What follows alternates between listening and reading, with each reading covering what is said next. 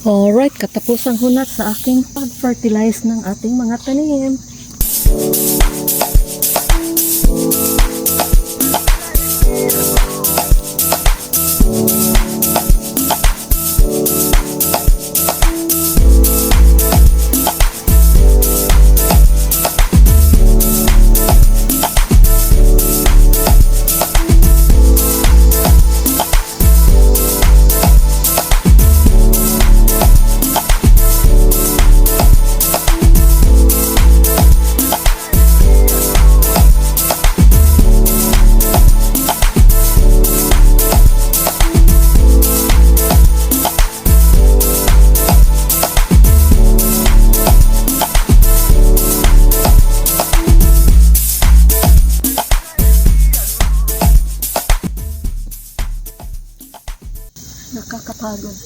Nakakapagod talaga.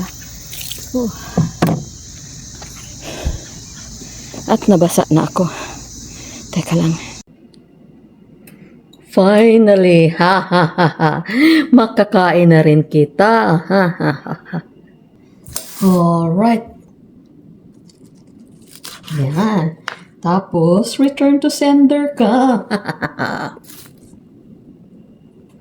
Yan. Balik ka sa pinanggalingan mo. Tapos next week, ay gagamitin na naman kita. Joke.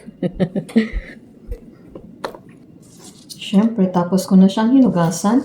So, ang patitot naman ito, payat. Bakit ka napakapayat? Kasi dapat ay nasa lupa ka.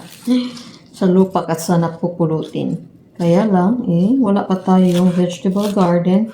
So, okay lang na dito ka muna sa bahay, ha? Diba?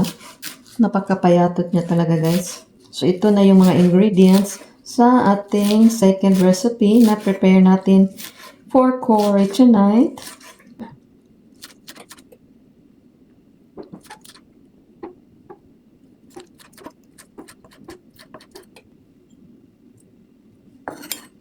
Ito ang ating onion leaves or chives, that's what they call it here. Tapos, isang tabi lang natin ito. And then, next is ang ating makusganong, tadaan! Ayan, tatanggal lang natin ng unod. Ang init.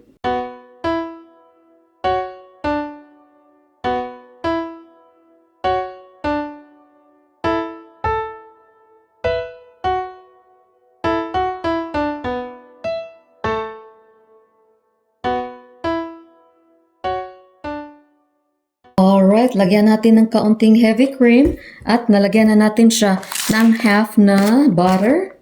Yan. Tapos, heavy cream is next. Heavy cream. Yan. Hindi masyadong marami kasi grabe yung mga American food, guys, no? Hindi talaga healthy. Yung sa atin ay from scratch talaga. Sa kanila ang daming mga processed ingredients, kaya nagkakatakot. Kaya marami sa mga tao dito ay nagka-cancer, kasi yun. Ang daming mga bacon, ang daming mga creams, cheese, tapos linalagyan na preservatives. So, yun. But in fairness, ang sarap tingnan nyo. Yum, yum, yum. Yan. Tapos, lagyan natin ng onion leaves.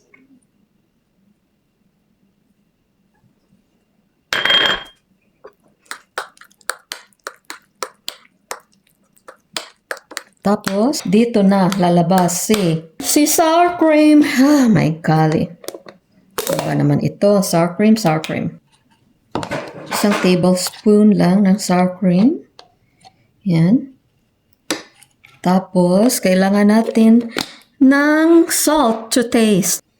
Salt to taste. Hindi lang damihan kasi yung ating butter at saka yung ating whatever we put in there ay may salt na siya. Okay, tapos atin lang i-mix.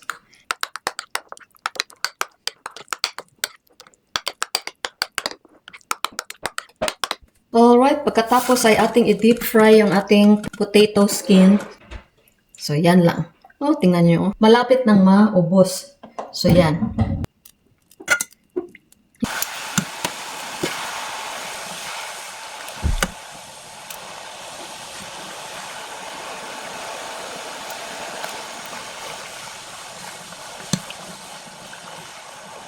Ay naku, abutan tayo ng moryo nito pag maghintay pa tayo niyan.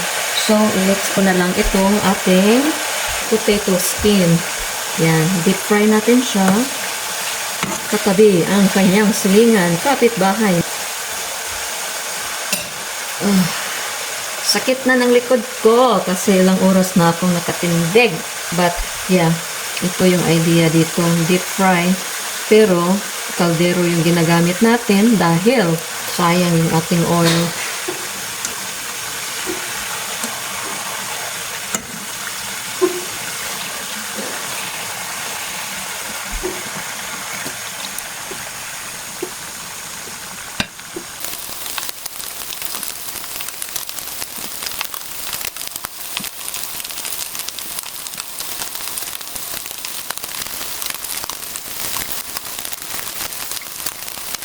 Tapos, luto na ang ating bacon. So, we are just going to crunch it or break them.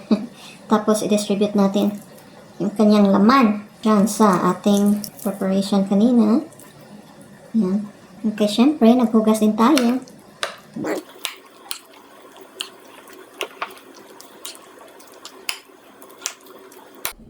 Luto na! Wee! So, i-transfer lang natin itong ating chicken sa kabilang container, sa plato, in other words, kasi gagamitin natin itong mold or baking pan para sa paano ba ito? Yan.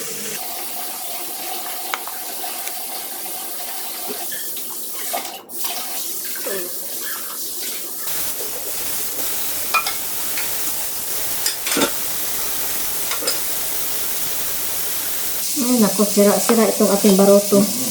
Can you say, ay, nako, board? This time, cheddar na naman yung gagamitin natin.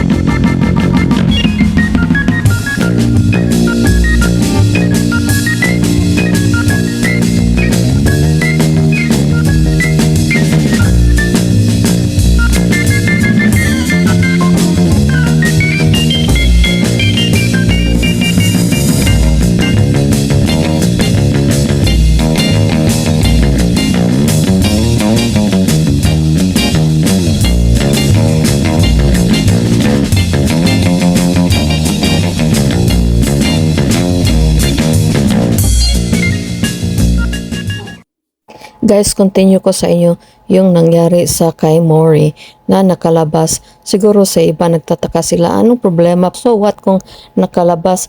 Yung mga pusa namin guys, they are all indoors. In other words, hindi pinapayagan na lumabas. So pag nakalabas sila, talagang nawawala sila guys.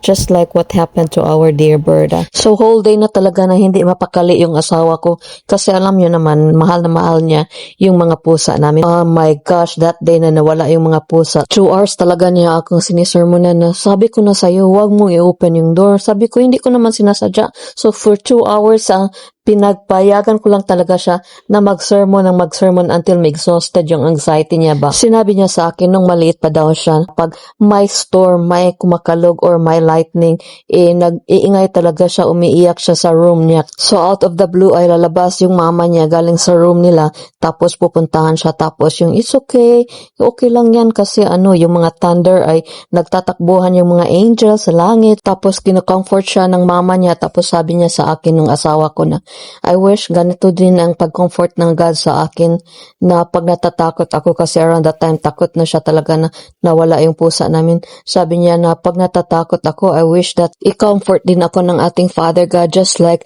how my mom comforted me when I was young. Yung ganun ba, natatouch talaga ako. So nakikinig lang ako sa kanya. And then after that, sabi niya, okay, mga 2:00 na siguro yun ng madaling araw. Sabi niya, okay, one last time, magpe-pray na naman ako. Lalabas ako doon sa ating backyard. Pagpunta niya doon sa aming sunroom, Oh my gosh, na-paralyze siya kasi nakasunod ako sa kanya. Sabi niya, Marilyn, tapos tinuro lang niya yung pintuan.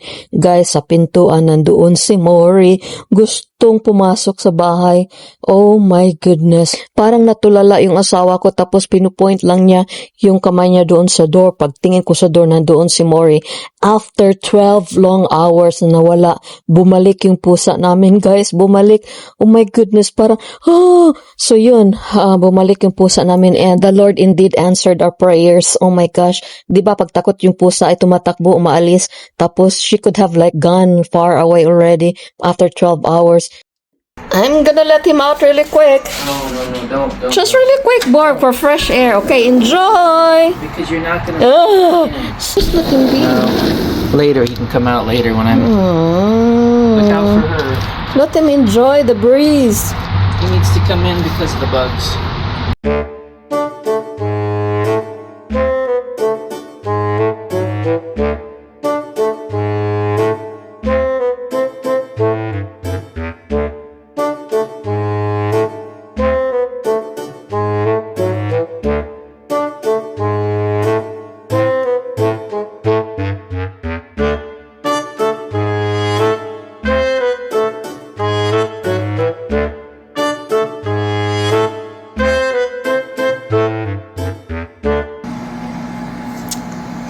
I am just so amazed yung love niya sa aming mga pusa, pati na rin sa akin. Tingnan niyo yung video kanina, di ba? Hinanap niya talaga, sumuong siya doon sa kahoy para makuha lang yung pusa. I think ganyan din and more yung love ng Panginoon sa atin. Di ba doon sabi sa Bible na the Lord is our shepherd. So, pag may mawawala na isang sheep na maliligaw, iiwanan niya yung 99 na hindi naligaw, tapos hahanapin niya yung isa na naligaw. Ganon ka-intense yung love ng Panginoon sa atin na pag maligaw tayo sa ating landas, like He would make a way to let us know na hahanapin talaga niya tayo, and that if we respond positively to His calling us back to His fold, then He would rescue us. So kung may mga problema tayo tapos napariwala yung landas natin, nandyan lang si Lord. Nandyan lang si Lord. He's just a prayer away para kung mag-respond tayo, hanapin natin siya, makikita natin siya, just like the lost sheep.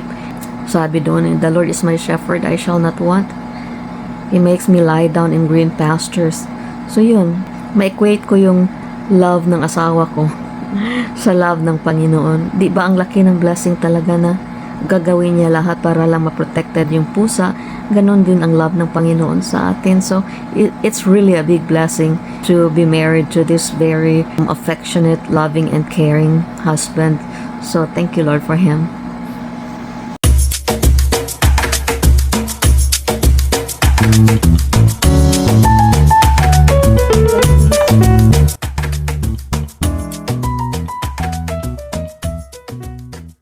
Thank you, Father God, for these blessings, Lord. Thank you, Lord God, that you have sustained us and you have met all our needs, Father God. I pray for those who are lacking right now. In Jesus' name, Lord, I pray that they would reach out to you and they will know that we have a God that provides. Bless this food and may this give nourishment to our body. In Jesus' name I pray, amen. Okay, so give me your plate, please. So what is it called? Oh, my God. Chicken with cheese.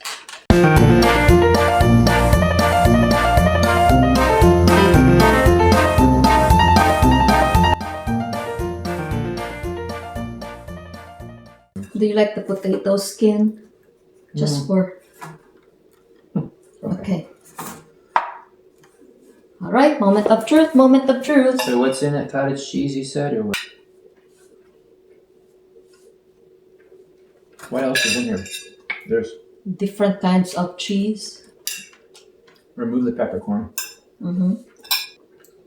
How is it? Yeah.